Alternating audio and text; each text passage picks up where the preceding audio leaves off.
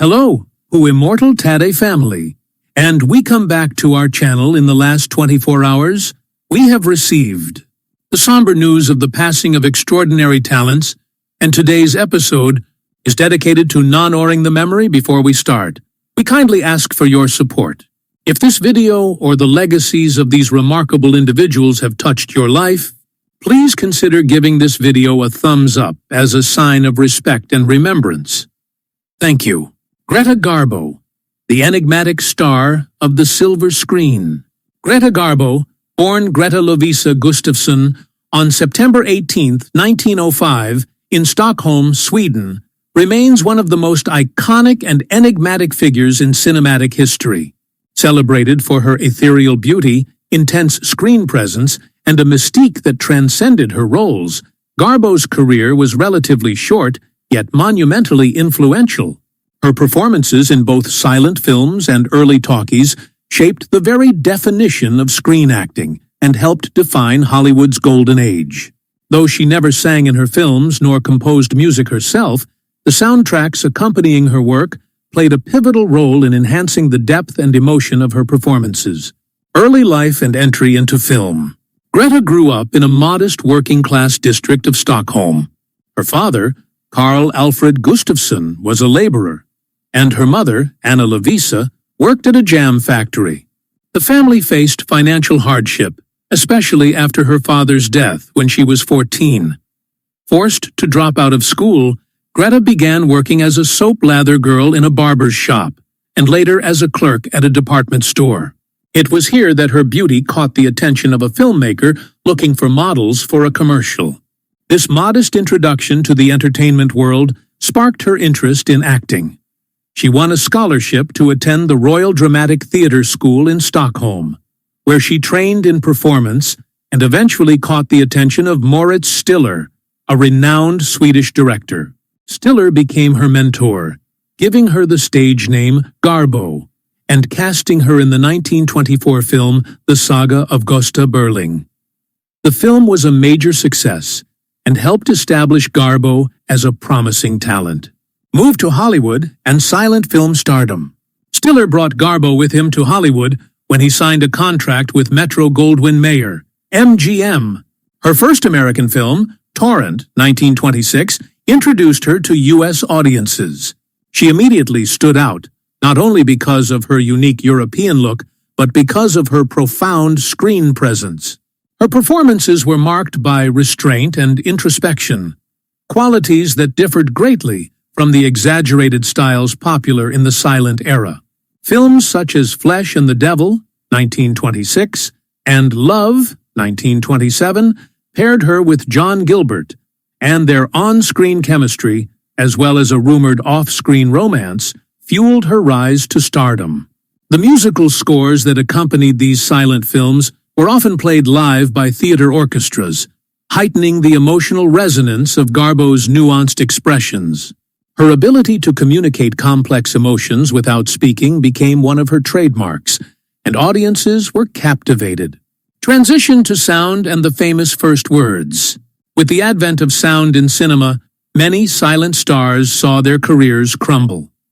Greta Garbo, however, transitioned smoothly. Her voice deep, accented, and husky added a mysterious new dimension to her already magnetic presence. Her first talkie, Anna Christie, 1930, was marketed with the tagline, Garbo Talks. Audiences were eager to hear her speak, and she did not disappoint. Her first line, "Gimme a whiskey, ginger ale on the side, and don't be stingy, baby," became legendary. The film's success proved she was not only a silent star, but a powerful voice actress as well. The soundtracks of her sound films became crucial components of her performances. With music now integrated directly into the films, composers crafted scores that underscored her characters' inner worlds. For example, William Axt, Herbert Stothart, and Franz Waxman, among others, contributed emotionally rich scores to Garbo's films.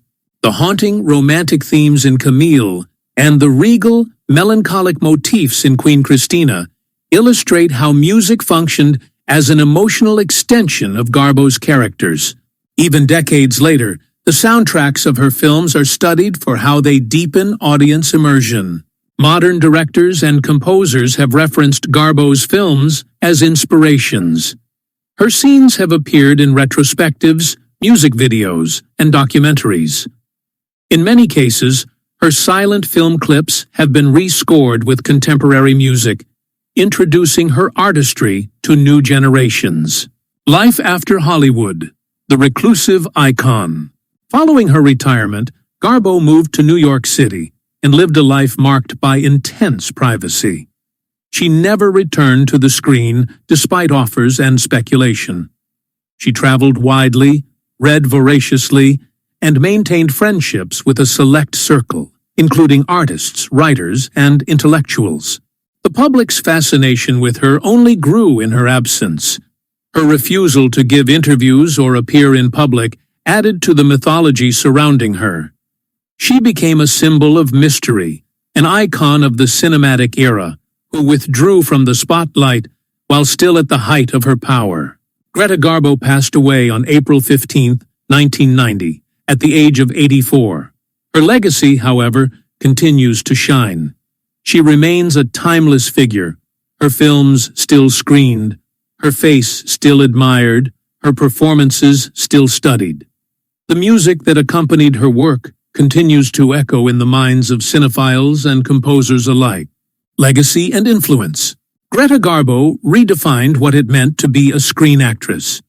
She didn't rely on grand gestures or melodrama, but instead used quiet intensity and expressive subtlety. Her style paved the way for modern screen acting, influencing countless performers after her. In Romance, 1930, and Mata Hari, 1931, the music played an integral part in shaping the atmosphere and complementing Garbo's restrained emotional style. Her ability to maintain an air of mystery even while speaking was enhanced by the evocative scores surrounding her performances. Iconic roles and timeless performances. Garbo went on to star in some of the most memorable films of the 1930s. In Grand Hotel, 1932, she played a ballerina with the now immortal line, "I want to be alone." Ironically, that line would become forever associated with her off-screen personality, despite her insistence that it was the character speaking, not her. In Queen Christina, 1933, she portrayed the 17th-century Swedish monarch in a gender-bending role that remains ahead of its time. The film's lush score enhanced the regal and emotional turmoil of Christina's inner conflicts, with Garbo delivering one of her most layered performances. Notably, the film's closing shot Garbo standing silently on the bow of a ship, face unreadable, emotions swelling beneath the surface, is often cited as one of the most iconic moments in film history. The music in this scene, wordless yet powerful, speaks volumes and is a prime example of how soundtrack and performance blended seamlessly in her work. Perhaps her most celebrated role came in Camille, 1936, based on Alexandre Dumas' La Dame aux Camélias. Garbo played the doomed courtesan Marguerite Gautier with heartbreaking vulnerability. The film's score, composed by Herbert Stothart, mirrored the tragic arc of her character and enhanced Garbo's emotionally raw portrayal. Her performance earned her an Academy Award nomination, solidifying her status as a dramatic powerhouse. Her final film with MGM was Two-Faced Woman, 1941, a romantic comedy that failed to impress critics or audiences. Garbo, uncomfortable in the genre and reportedly disillusioned with Hollywood, chose to retire from acting shortly afterward. She was just 36 years old.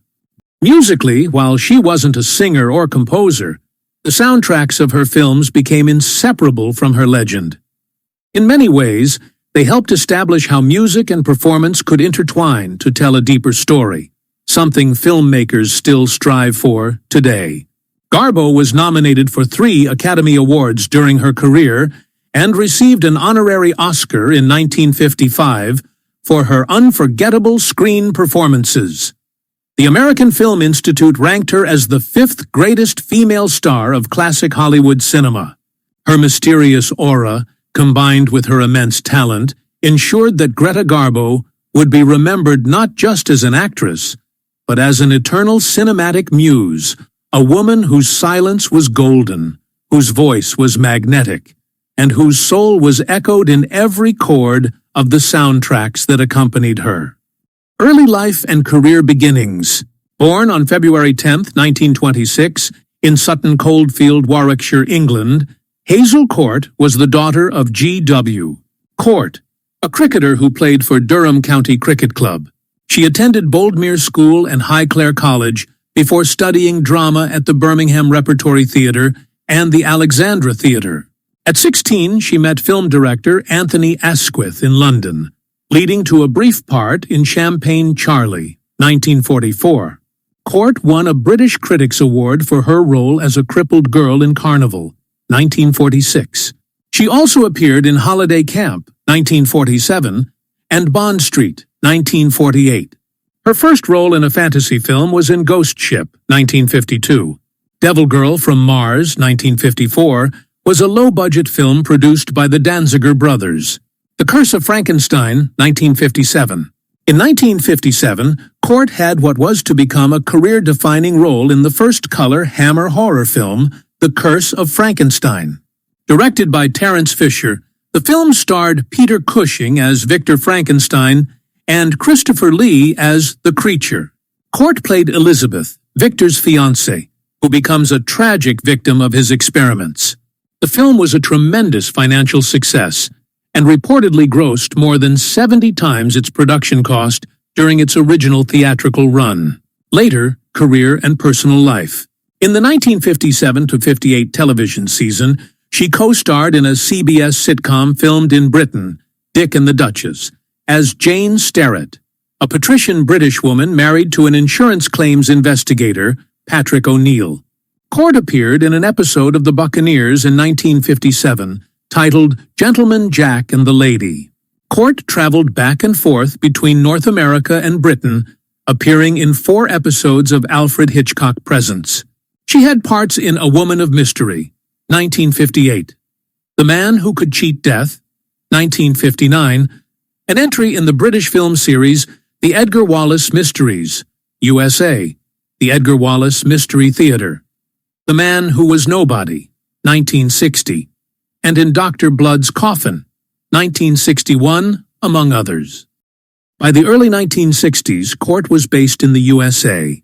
She featured in the Edgar Allan Poe horror films The Premature Burial, 1962, with Ray Milland, The Raven, 1963, with Peter Lorre and Boris Karloff, and The Mask of the Red Death, 1964, the last 2 with Vincent Price. She appeared on occasion in the early 1960s TV anthology series The Dick Powell Show, aka The Dick Powell Theater. Court also appeared in episodes of several TV series including Adventures in Paradise, Mission, Impossible, Bonanza, Dr. Kildare, Danger Man, 12 O'Clock High, Burke's Law with Gene Barry, Sam Benedict starring Edmund O'Brien, Gidget with Sally Field, Macmillan and Wife with Rock Hudson, Mannix, The Wild Wild West, Thriller hosted by Boris Karloff, Rawhide, Incident of the Dowry Dundee with Clint Eastwood, and in The Fear, the penultimate episode of the original 1959-1964 The Twilight Zone, hosted by Rod Serling. Court appeared briefly in Omen the Three, The Final Conflict, uncredited 1981, her final film role. In addition to acting, she studied sculpting in Italy and was a painter and sculptor. Personal life. Court was married to actor Dermot Walsh from 1949 until 1963. They had a daughter, Sally Walsh, who appeared with her mother in The Curse of Frankenstein. In 1964, Court married actor and director Don Taylor, whom she met while they were shooting an episode of Alfred Hitchcock Presents. They had 2 children. They were married until Taylor's death in 1998. Death. Court died of a heart attack at her home near Lake Tahoe, California, on April 15, 2008, aged 82. Her autobiography, Horror Queen, was released in the UK by Tomahawk Press a week after her death. Early life and career beginnings. Born on May 29, 1920, in Spokane, Washington, Clifton James was an American actor renowned for his portrayal of Southern characters. He served as an infantry platoon sergeant in the U.S. Army during World War II, earning the Silver Star, Bronze Star, and 2 Purple Hearts for his service. After the war, he studied at the Actors Studio in New York City, where he honed his craft and began his acting career. Notable roles and career highlights. James gained prominence for his role as Sheriff J.W. Pepper in the James Bond films Live and Let Die, 1973, and The Man with the Golden Gun, 1974. His portrayal of the blustery Louisiana sheriff added a comedic touch to the series, making him a memorable character in the Bond franchise. Beyond his Bond appearances, James had a diverse film career. He played a prison floor walker in Cool Hand Luke, 1967, a corrupt country sheriff in The Rivers, 1969, and a Texas tycoon in The Bad News Bears in Breaking Training, 1977.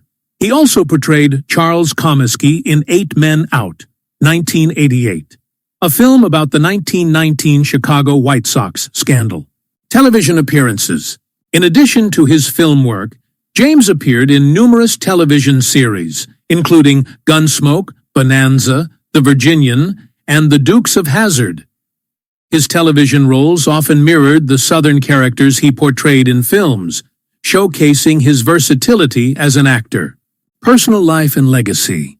James married twice, first to Donna Lee Beach, with whom he had 1 child, and later to Lori Harper, with whom he had 5 children. He resided in Gladstone, Oregon, where he passed away on April 15, 2017, at the age of 96 due to complications from diabetes.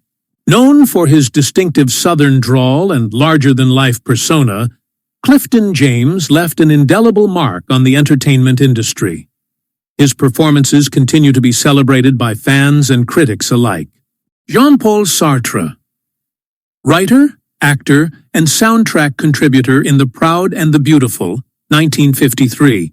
Introduction. Jean-Paul Sartre, a towering figure in 20th century philosophy and literature, ventured into cinema with the 1953 film The Proud and the Beautiful, Les Orgueilleux. While primarily known for his existentialist works, Sartre's involvement in this film as a writer, actor, and indirect contributor to its soundtrack offers a multifaceted glimpse into his artistic range. Sartre's literary contribution. Sartre's engagement with cinema began with his story Typhus, which served as the foundation for Les Orgueilleux. This narrative, along with others, was part of a series of screenplays he penned for Columbia Pictures. Although only a few were fully developed, Typhus stood out and was adapted into the film. The story's themes of human suffering and dignity resonate with Sartre's philosophical explorations of existentialism and human freedom. Sartre's role as an actor. In addition to his writing, Sartre made a brief appearance in Les Orgueilleux, showcasing his versatility. His cameo, though minor, adds a personal touch to the film, reflecting his deep connection to the project. This involvement underscores his willingness to immerse himself in various facets of the creative process, blurring the lines between his philosophical pursuits and artistic endeavors. The film's soundtrack. The film's music, composed by Paul Mizrachi, plays a crucial role in enhancing its emotional depth. While Sartre did not compose the music, his narrative undoubtedly influenced the film's tone, guiding Mizrachi's compositions to align with the story's themes. The soundtrack complements the film's exploration of human emotions and existential dilemmas, adding a layer of auditory depth to Sartre's written words. Conclusion. The Proud and the Beautiful exemplifies Jean-Paul Sartre's multifaceted contributions to the arts. His involvement as a writer, actor, and indirect influence on the soundtrack demonstrates his commitment to exploring human experience through various mediums. This film not only enriches our understanding of Sartre's artistic range, but also highlights the interplay between literature, performance, and music in conveying complex existential themes. Brian Dennehy, a multifaceted career, anchored by First Blood. Introduction. Brian Dennehy, an actor whose career spanned over 5 decades, was renowned for his commanding presence and versatility across stage, television, and film. His portrayal of Sheriff Will Teasel in the 1982 action film First Blood marked a pivotal moment in his career, showcasing his ability to embody complex characters with depth and authenticity. Early life and education. Born on July 9, 1938, in Bridgeport, Connecticut, Brian Mannion Dennehy was the son of a nurse and a factory worker. He attended Columbia University, where he earned a Bachelor of Arts degree. His time at Columbia was instrumental in shaping his future career, providing him with a strong foundation in the arts and humanities. Military service. Before embarking on his acting career, Dennehy served in the United States Marine Corps from 1958 to 1963. His military service not only instilled in him a sense of discipline and resilience, but also influenced many of the roles he would later portray, often playing characters with a strong moral compass and a deep sense of duty. Theatrical beginnings. Dennehy began his acting career in the theater, where he quickly gained recognition for his powerful performances. He won 2 Tony Awards for Best Actor in a Play, one for his portrayal of Willie Loman in Arthur Miller's Death of a Salesman, and another for his role in Eugene O'Neill's Long Day's Journey into Night. These accolades underscored his exceptional talent and commitment to the craft of acting. Television career. In addition to his stage work, Dennehy had a prolific television career. He received 6 Primetime Emmy Award nominations for his performances in various television films and series. Notably, his role as John Wayne Gacy in To Catch a Killer earned him critical acclaim and further solidified his reputation as a versatile actor capable of tackling a wide range of characters. Film career and First Blood. Dennehy's film career was marked by a series of memorable roles that showcased his range and depth as an actor. In First Blood, he portrayed Sheriff Will Teasel, a character who becomes entangled in a conflict with Vietnam War veteran John Rambo, played by Sylvester Stallone. Dennehy's performance added a layer of complexity to the film, transforming what could have been a straightforward action story into a nuanced exploration of authority, trauma, and survival. Beyond First Blood, Dennehy appeared in numerous films including Gorky Park, Silverado, Cocoon, Tommy Boy, and Ratatouille. His ability to seamlessly transition between genres from intense dramas to light-hearted comedies demonstrated his versatility and enduring appeal. Later years and legacy. In his later years, Dennehy continued to work in both film and television, taking on roles that reflected his maturity and depth as an actor. His final film role was in Long Day's Journey into Night, a posthumous release that allowed audiences to witness his enduring talent. Brian Dennehy's legacy is characterized by his remarkable versatility and his ability to bring depth and authenticity to every role he undertook. Whether on stage, in front of the camera, or behind the scenes as a producer and director, Dennehy left an indelible mark on the world of entertainment. His portrayal of Sheriff Will Teasel in First Blood remains a testament to his skill and dedication as an actor, and his contributions to the arts continue to be celebrated by audiences and peers alike.